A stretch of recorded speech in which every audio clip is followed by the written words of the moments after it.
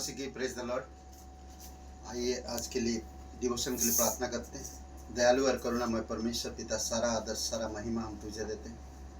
धन्यवाद आपकी निस्वार्थ प्रेम, आपकी अद्भुत योजना के लिए। हम सभी लोगों को बचाने के लिए तूने अपने इकलौते बेटे को इस धरती पर भेजा।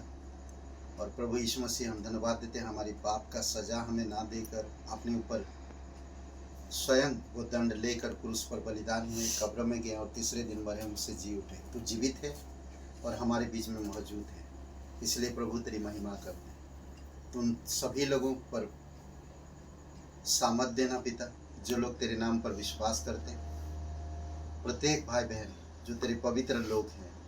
प्रभु यीशु, तू हमें उन्हें प्रेम करना सिखाना, ताकि हम उन्हें तेरे राज्य में, तेरे अनुग्रह में, तेरी अद्भुत योजना में अगुवाई कर सके। धन्यवाद देते इस डिवोशन के लिए, यीशु मसीह के नाम से मांगते हैं, आमीन। ओके। परिश्रमिक किसान का भोजन। एक परिश्रमिक किसान के बारे में सोचिए। वो परिश्रम बहुत करता है और फल भी उसी को ही मिलता, और वो पहला फल वही खाता है। तो हम यीशु मसीह को देख सकते हैं। यीशु मसीह के जीवन को अगर हम अवलोकन करें तो उसका जीवन पूरी तरह से आध्यात्मिक था। कभी भी वो भौतिक चीज़ों में और ना ही सांसारिक चीज़ों में और ना ही विचारधाराओं पर और ना ही उद्देश्यों पर और ना ही परमेश्वर की योजना से कभी मोड़ा, बल्कि हर एक समय वो आध्यात्मिक यानी कि आत्मा से बातें की, और उसकी हर एक बात आत्मिक था और आत्मा में था और उसमें जीवन था। हर एक बात जहाँ कहीं भी किया। तो दूसरा तीमुथियुस 2 अध्याय वचन 6 में कहता, जो किसान परिश्रम करता फल का अंश पहले उसे मिलना चाहिए। आज जो कोई भी विश्वासी भाई बहन परमेश्वर की राज्य के लिए परिश्रम करता है, पहले उसे मिलना चाहिए, मिलता है। इसलिए हमें परमेश्वर की राज्य के लिए परिश्रम करना बहुत इम्पोर्टेंट, बहुत जरूरी है। एक किसान की तरह उदाहरण दे रहा, जो किसान परिश्रम करता है वह फल का अंश पहले उसे मिलना चाहिए।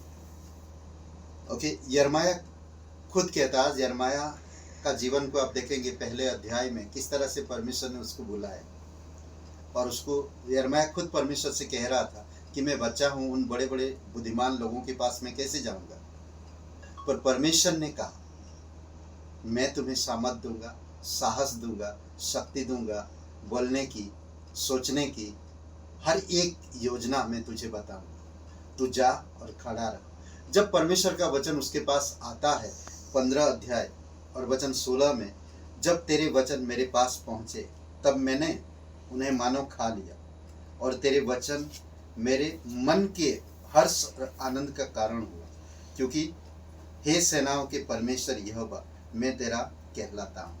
अगर आज हम परमेश्वर की कहलाते हैं तो हमें उसकी वचन में आनंद और हर्ष मग्न होना चाहिए।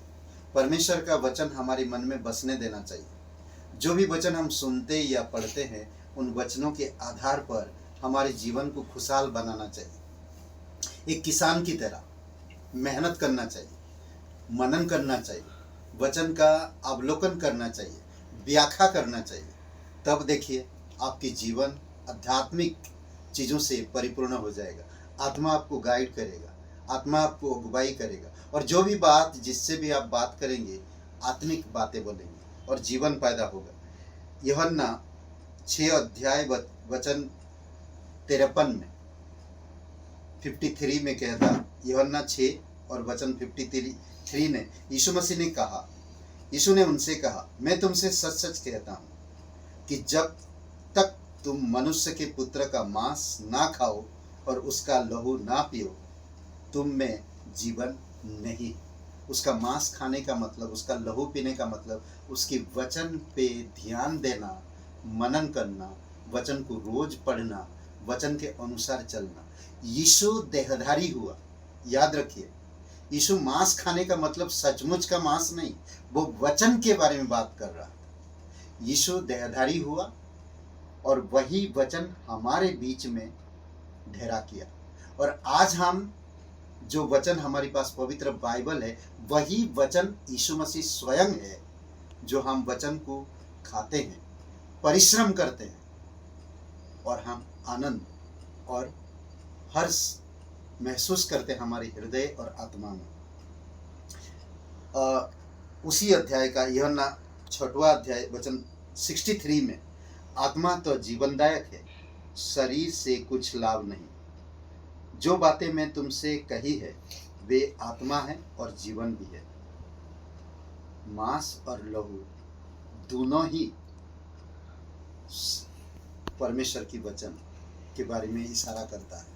तो इसीलिए जरूरी है कि आपको मुझे समझना और इन वचनों पर ध्यान देना। ज़्यादा से ज़्यादा रोज एवरीडे वचन पढ़िए, मनन करिए, कलीसिया संगति में सहभागिता में आइए।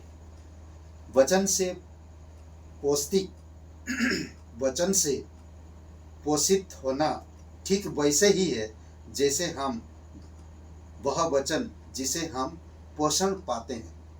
पौष्टिक होना, वचन को खाना और पोषण होता, उसी से हमारा जीवन मजबूत होता है, हेल्दी होता है। वचन के द्वारा मन स्थिर होता है, मानसिकता में एक अलग सा आध्यात्मिक चीजें भरता है। बाहुबल और दिमाग के लिए सही प्रकार के भोजन की आवश्यकता होती है। बाहुबल शक्ति के लिए, बढ़ने की शक्ति, सोचने की शक्ति, विचार करने की शक्ति और समझ की शक्ति प्रदान करता, और दिमाग के लिए सही प्रकार के भोजन की आवश्यकता होती है। अगर सही तरह से भोजन हमारे दिमाग में नहीं जा रहा, हमें नहीं मिल रहा, तो हम विचलित होंगे, चिंताओं में रहेंगे, परेशान रहेंगे, आनंदित नहीं रह पाएंगे। उपन्यास और उपन्यासकार हमें मसीही जीवन में हटा घटा नहीं बना सकते, पर सत्य अवश्य बनाएगा। समझ रहे हैं? कोई भी उपन्यास या उपन्यासकार हमें हटा घटा नहीं सकते। कई बार हम बहुत सारे आज संसार में सिद्धांत है, कौन बदलता, कौन प्रेरित होता, पर सत्य आपको हटा भी सकता, घटा भी सकता। परमेश्वर की सच्चाई में इतनी शक्ति है, वचन की सच्चाई में इतनी ताकत है कि आप अद्भुत इंसान बन सकते हैं। आमीन।